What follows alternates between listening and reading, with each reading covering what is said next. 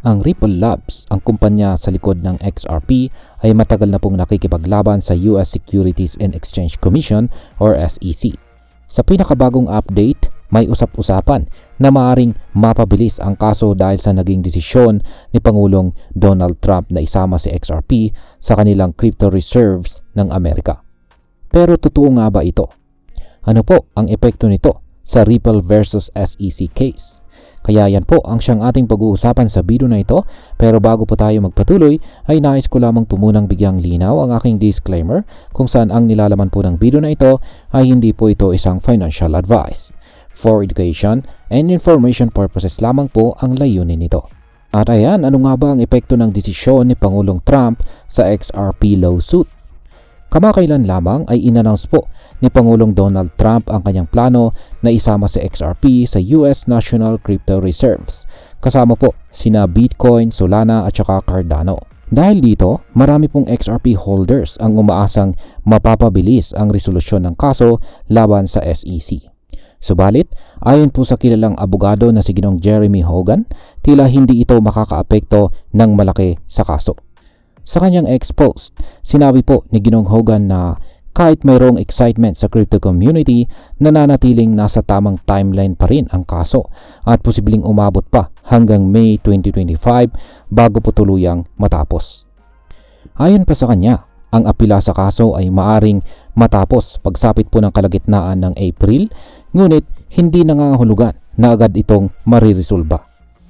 Ngayon ay bakit po posibleng humaba pa ang kaso? Bagamat maraming XRP holders ang umaasang matatapos na ito, hindi pa rin nawawala ang posibilidad na magkaroon ng mga bagong delays. Ayon po kay Ginoong Jeremy Hogan at sa isa pang legal expert na si Meta Lowman, may ilang legal complexities ang kaso na maaari pong magpatagal dito.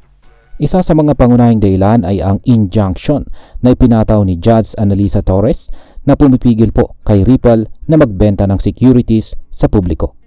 Ito ay isang malaking balakid kay Ripple, lalo na kung nais po nilang magkaroon ng initial public offering or IPO sa hinaharap.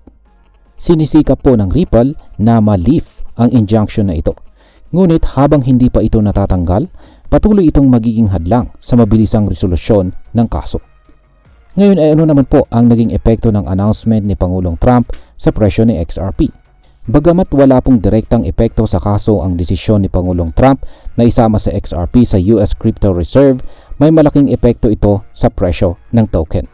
Sa loob lamang po ng nakalipas na 24 oras matapos po ang announcement, ay lumipad ang presyo ng XRP ng 14.12%. Hindi lang ito, ang kabuang market cap ng crypto market ay sumipa rin pataas ng mahigit 5% at umabot po sa $3 trillion. Maliban po sa paglakas ng presyo ng XRP, tumaas din po ang investor confidence. Ang trading volume po ni XRP ay sumabog ng 514% at umabot po sa $20.44 billion sa loob lamang ng isang araw. Ipinapakita nito na maraming investors ang nagiging bullish kay XRP at umaasang ang kaso ay matatapos na sa lalong madaling panahon. At ngayon ay ano naman ang maaring maging epekto nito para sa atin bilang mga Pinoy crypto traders at investors na XRP. Ayan, para sa atin na nag-i-invest or nagtitrade kay XRP, maaari pong magkaroon ito ng positibong epekto sa ating mga portfolio. Ang biglaang pagtaas ng presyo ng XRP ay maaari pong magbigay ng magandang kita sa mga nag-hold ng token na ito. Ngunit, kailangan pa rin nating maging maingat. Dahil sa hindi pa tapos ang kaso, may posibilidad pa rin ng biglaang pagbabago sa presyo. Depende po sa magiging resulta ng paglilitis. Para sa mga long-term investors, ang development na ito ay maaari pong magbigay ng bagong pag-asa na si XRP ay magiging isang mas matatag na asset sa hinaharap, lalo na kung tuluyang mapapaboran ang Ripple sa kaso nito laban kay SEC. At ayan, bilang panghuli ay ano naman ang aking masasabi tungkol dito.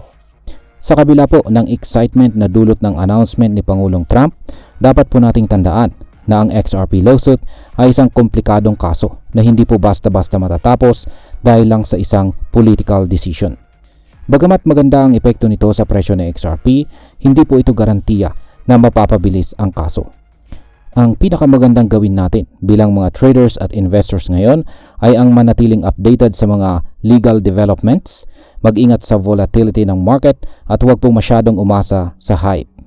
Ang kasong ito ay isa po itong test para sa buong crypto industry. Kaya mahalaga po ang pagiging matalino at maingat sa ating mga investment decisions. At ayan, hanggang dito na lamang po tayo sa video na ito mga ka-crypto. Sana po ay inyong nagustuhan ang aking paliwanag sa video na ito. Kung inyo po itong nagustuhan, pakiclick lamang po ang like button nito. Marami pong salamat sa panonood, ingat po tayo lagi at God bless po sa ating lahat.